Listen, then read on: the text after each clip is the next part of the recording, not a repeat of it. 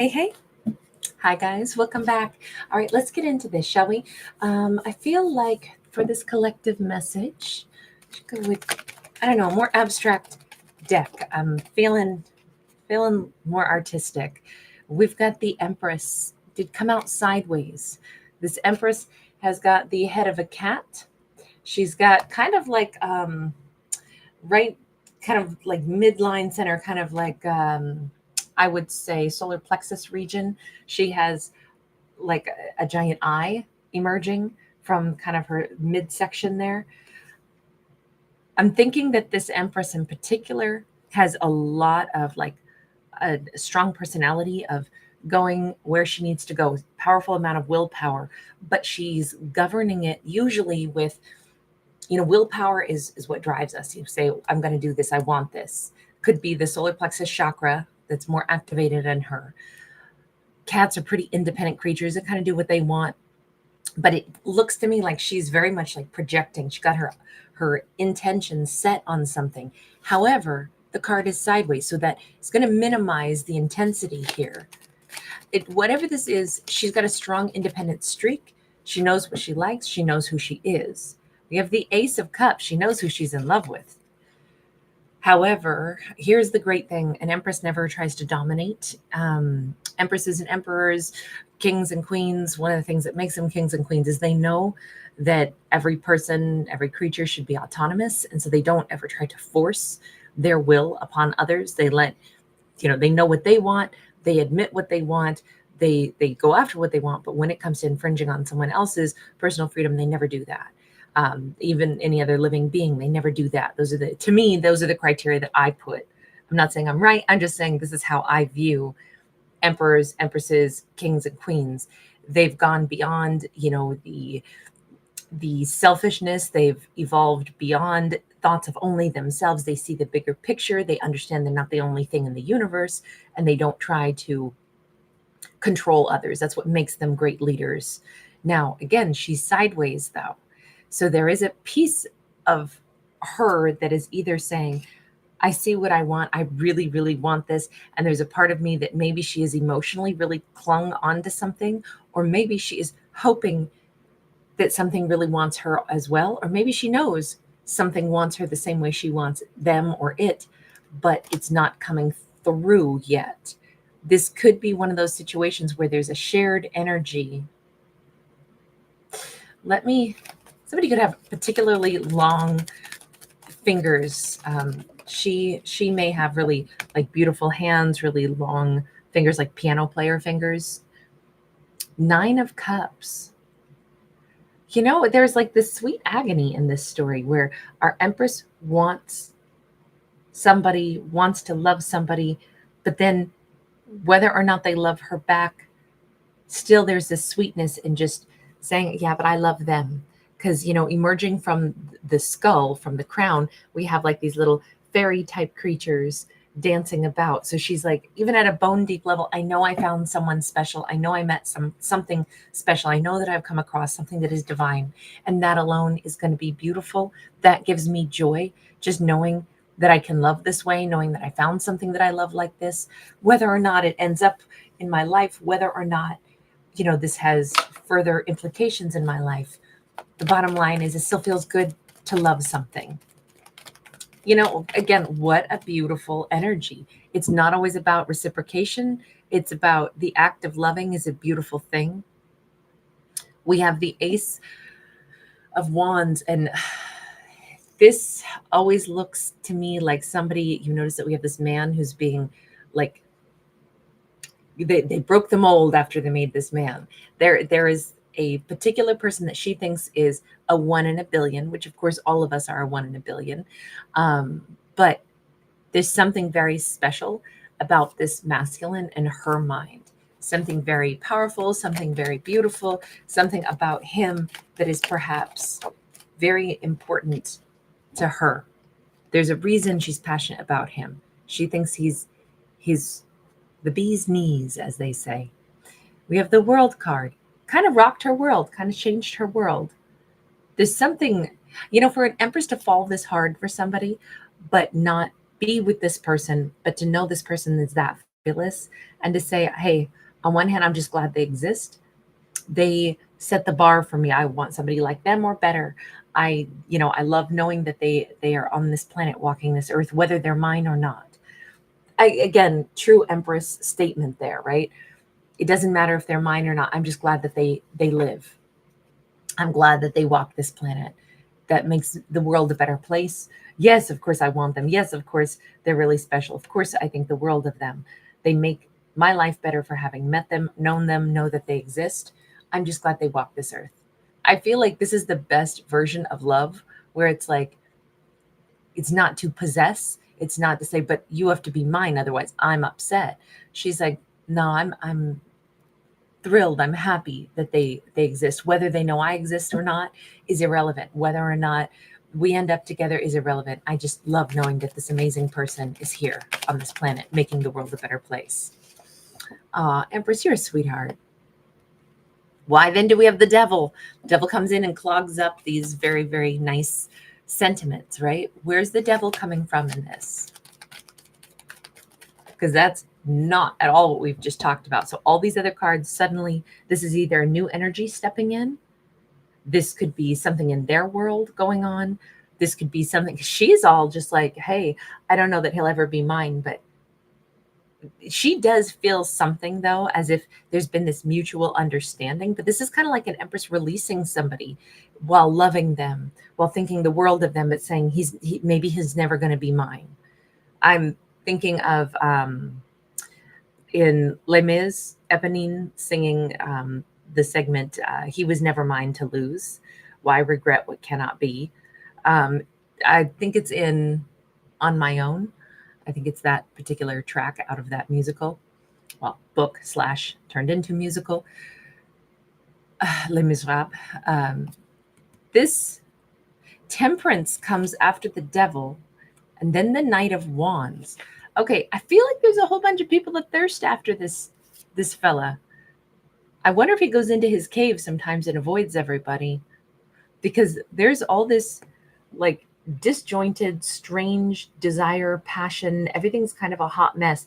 Either that, or she may not know it, but maybe he has a lot of his own, we'll call them, demons to fight, right? Anything that is scary or toxic, anything that we're trying to get a handle on. Nobody is perfect, right? She sees him as a wonderful, amazing person, but he either feels like things get overwhelming for him and then he withdraws. But there's this weird, this is not a great card. This is a very, actually, I've always found it to be a little bit disturbing.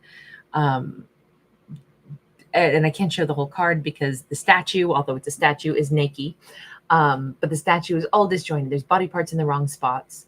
And then this fella is like leaned up against the statue in a fairly provocative posture.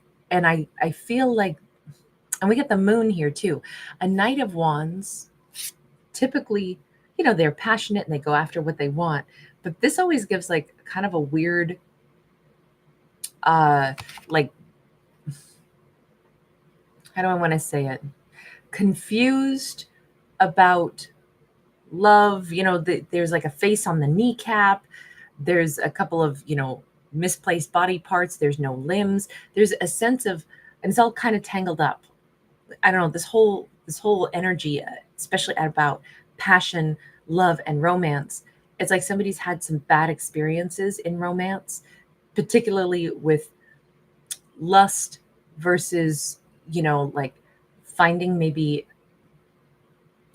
I don't know if people want things from them or if they've wanted things from other people, where it was like, using romance as a manipulation tactic. I'm hearing that song in my head, that line from The Weeknd, and I'm so used to being used. It's a song, because girl, you're worth it and you deserve it. But it's that one line, and I'm so used to being used. And I feel like maybe this masculine, maybe a lot of people think the world of him on one hand, but then there's a lot of people that are like thirsting after him and they want to use him. And maybe there's a lot of like superficiality when it comes to things like passion. I just don't know that he feels like very sincerely loved, or if he has kind of a warped vision of, people say that they want you, but really everybody wants something from you. And he kind of goes into his cave and retreats from people to find his balance again. But there's something here about, here's this eyeball. I think in this storyline, it looks like there's a stress surrounding the idea of love, romance, and passion for him, because I think he's had some bad experiences where people have not been what they seem to be. What's weird about this is I don't know that I think it's him who's behaved this way. It looks like it's other people, and it stressed him out because he's the one trying to find balance. He's not the one who's all distorted on the statue of that Knight of Wands. Maybe I'm wrong. Maybe he's the one who's, had superficial connections. But then why would an Empress think so highly of him if he's, goes out and just kind of uses people? It just doesn't track. Six of Pentacles. Now, I think that there's something going on in his head where he's got kind of we'll just say a tarnished view of love, passion. Maybe he's not really had love at all. Maybe he's familiar with passion, but not love. And that's why there's this kind of like dark, dank perspective. Because, the devil is not a good card, right? And it's obviously haunted by things of the past, because we got this buzzard's skull here that's a part of him. And it just kind of feels like he's always trying to find a sense of peace, but he's still looking for something real. I'm hearing, but I still haven't found what I'm looking for. Is that you too? With that Six of Pentacles, there is something about like almost as if he says, I used to think that there was real, like genuine connection out there, but I never quite found it. The Six of Pentacles says he'd like to find it, but somehow the arc is never quite built. It's interesting because this is a ship that is still in construction. And I feel like, in the stories of the ark, people build it because they're told that the great flood is coming and this is the way you can survive. So it does feel like if he thinks of love as something both tainted and destructive, because so often it's not love at all. It's just people manipulating. It's people using passion, using, attraction as like weaponizing it. But then he retreats from everyone because he's been a little disillusioned about love. But then there's a piece of him that still believes that some kind of love out there will be the arc that saves him. Like, but you got to have somebody that you can build that safety zone with, somebody who is real, somebody who is true, somebody who's not just going to weaponize attraction and try to, get something from you once you get attracted to them. That seems to be where he's at. He kind of seems like one who hides away because he's pretty disillusioned. And although he hides away in his calm, like tower here, he's always still scanning. He's always still like hopeful in the face of the disillusionment. Now, I don't know if this Empress knows anything about this, but we certainly just did a little dive on him that I did not expect that was his story, but that's what we see going on. So, Empress, do you know any of this about him, or are you just somebody who thinks that he's great from afar? Ten of Swords. Ten of Swords, I don't think she's either privy to this, or with the Ten of Swords, it's usually like painful endings. Maybe she just assumes everybody in life has had a painful ending at some point, whether or not she knows details about his stuff. The Ten of Swords is kind of like the blockage, the stopgap of where we don't proceed anymore, because it's the end of our knowledge, or it's the end of, what we can do, what we can experience. So I'm going to say she doesn't know about this. Seven of Wands and the Star. No, she's not privy to this. She's at a huge distance from him somehow. Like, this is not conversation she's had. There's a blockage for how much information she would know about him. But she comes across as somebody who's got a very, very beautiful, very positive, very soothing. It's kind of like, well, I assume everybody's had endings. I don't know. I don't have enough information to know his intimate details of his life, but I certainly hope that he heals if that's what he's gone through. But she's too remote from him. She just feels like he's a soulmate. It's interesting. Does he know anything about her? King of Cups. Well, that would say yes. King of Cups says he does. Okay, so hang on. Are these two people that are admiring each other from afar and not taking action? Three of Wands. Well, that could change. Possibly somewhere around her birthday. She could be a Libra or a Taurus. We've already had Taurus season. We're coming up to Libra. So I don't know, maybe somewhere around August, September. Wild card. He doesn't know what he's going to do, but he's certainly drawn in by her. And like there's a softness, there's an emotion. How are you like aware of her? Four of Cups. I don't know if they met in a coffee shop or if there's just some overall sense of, Four of Cups can be the emotional like energy of like disappointment, illusions, boredom. I mean, I hate to say that he, met her when he was bored, but maybe she was in his surroundings and he was just kind of like checked out. And then, he overhears conversation coming from her, or there's something here, or maybe this is waking up and smelling the coffee. I don't know.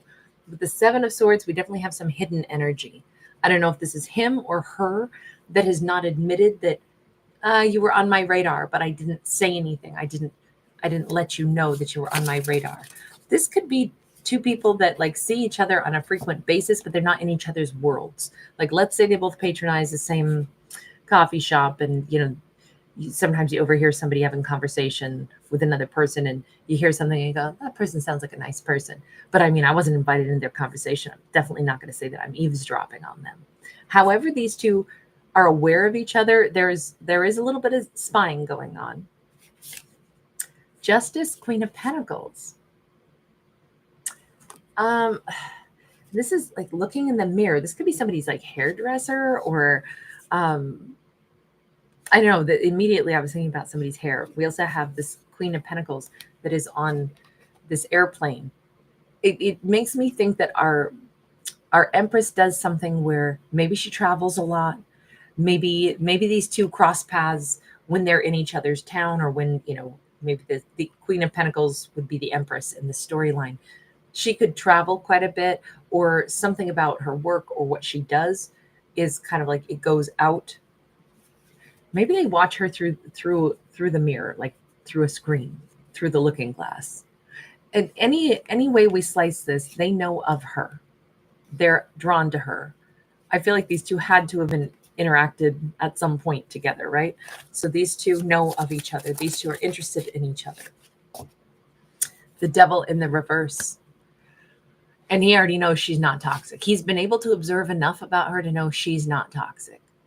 That's why he's going to move toward her at some point. She's not glommed onto him. She's not trying to get anything from him. She's an Empress. Empresses don't need something from somebody else. Empresses let people live their own life, and you do you. I'm just glad you exist. However, these two interacted, and they had to have at some point in this storyline. I just don't know how directly they care about each other. They both think that they're wonderful. He's going to be taking an action toward her, moving toward her. That's great because she thinks of him as a soulmate, but she's not latched onto him and she's not trying to get anything from him. He already knows that about her. He will reach out to her. I think it's the best way for this to go. I think if anyone's going to restore his faith or something in like love and romance and the fact that not everybody's out to get you or get something from you, it's going to be an Empress who will show him that, teach him that about love, restore his faith in like, oh, love can be real. It's not something that's just here to use you. Actually, I think that's great. All right, I'm going to leave this one here. Thank you so much for hanging out. Thanks for giving it a thumbs up.